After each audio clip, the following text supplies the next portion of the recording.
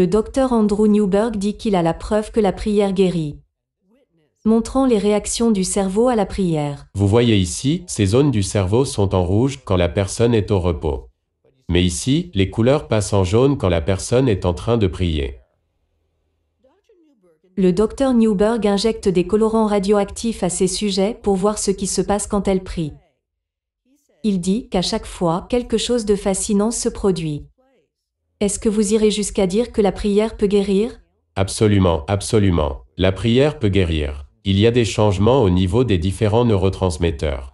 Des éléments chimiques dans notre cerveau qui aident à libérer des choses comme la sérotonine et la dopamine dans le cerveau. Certaines de ces choses peuvent aider à soulager des douleurs. Les résultats des recherches du Dr Newberg sont dans son livre. Ce sont des centaines d'études des dernières décennies, alors que le corps médical a un nouveau regard sur le rôle de la religion dans la médecine moderne. Donc, pourquoi cela n'existe pas dans les officines des médecins? Les médecins demeurent réticents. Ils ont été pratiquement formés pour mettre cela de côté. Dr Henry Sorel avait l'habitude d'être l'un d'eux. Mais maintenant, il dit qu'après avoir revisé plus d'une centaine d'études, il a changé de vue. Plus on est religieux et plus grand est le bien-être. Sorel est désormais celui qui dirige la lutte en aidant le corps médical pour que les médecins reconnaissent la puissance de la prière comme une arme de la guérison. Comme dans les études de l'université Duke qui a reconnu que ceux qui prient journellement ont 40% moins de chances d'avoir une hypertension.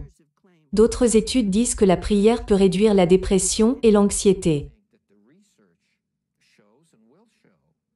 Nous pensons que la recherche montre et montrera que les gens dont la foi est supportée par leur corps médical iront beaucoup mieux. À notre connaissance, ce n'est pas un remède contre le cancer. Cela ne va pas guérir quelqu'un d'une maladie cardiaque. Nous ne pouvons pas dire aux gens de prier pour aller mieux.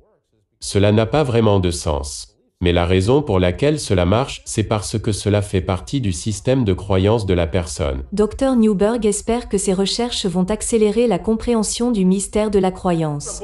Botswana. Lesotho. Botswana sikoyo. C'est un pays où makambo yoso manamboka wana esali ke lelo yo mutu aza na passeport botswanais akokende mokili mobimba sans visa. Pourquoi? Parce qu'ils ont bâti leur pays sur la justice. C'est la justice qui élève une nation. Ce n'est pas l'or ou le diamant. Vous pouvez avoir l'or et le diamant. Si la justice n'existe pas, le pays va sombrer. Ozokota Botswana bakomi boye, tolérance zéro à la corruption. Moi na Botswana, moi na baboti lelo, l'État pesi mabele.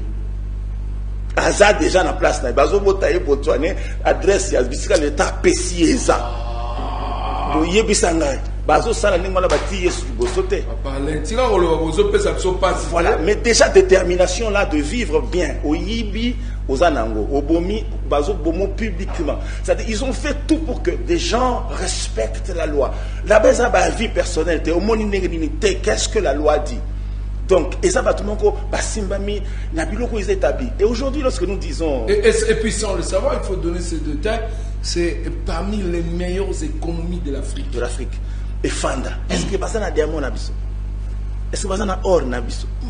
C'est-à-dire que dans le niveau où nous allons, ceux qui humilions nous devant la face de Dieu.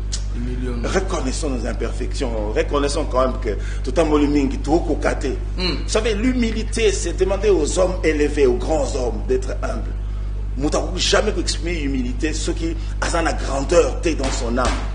Il faut absolument que nous nous rabaissions devant la gloire de Dieu. C'est là que la Bible dit qu'elle précède la gloire. Voilà pourquoi l'humilité précède la gloire. Si nous nous humilions, nous allons saisir cette gloire.